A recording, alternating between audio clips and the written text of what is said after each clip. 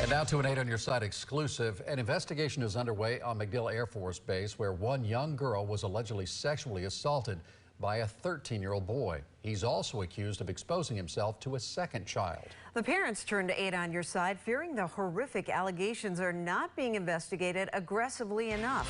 8 on your side investigator Walt Buteau joins us now. Stacey and Keith, the parents' shock from what their little girls told them now morphing into frustration. They fear this Macdill investigation will follow an alarming trend from crimes on bases around the world.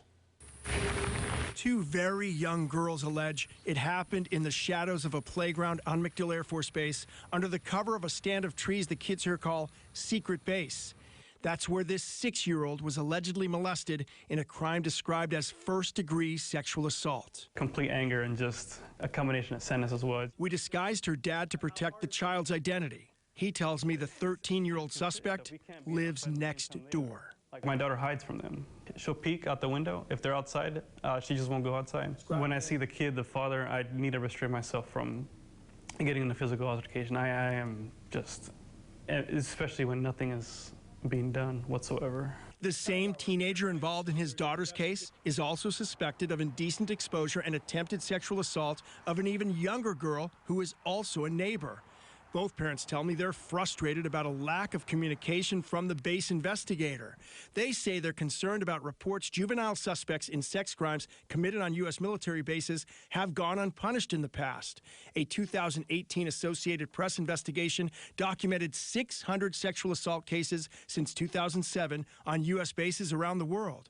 According to the AP, a review of one set of 100 investigations showed only about 1 out of 7 of those assaults were prosecuted. Understanding that this has happened before and the perpetrator getting away with it, for the most part, it's just really tough to deal with. Every time we talk to the agents, it seems like it's going to happen again. In both Macdill cases, the parents tell us they want civilian law enforcement, as in police departments or sheriff's offices, to investigate sex crimes committed on military bases. You want the system to change? Yes, and how it'd be better to have the federal prosecution for these type of cases just move directly to local authorities so they can handle the situation.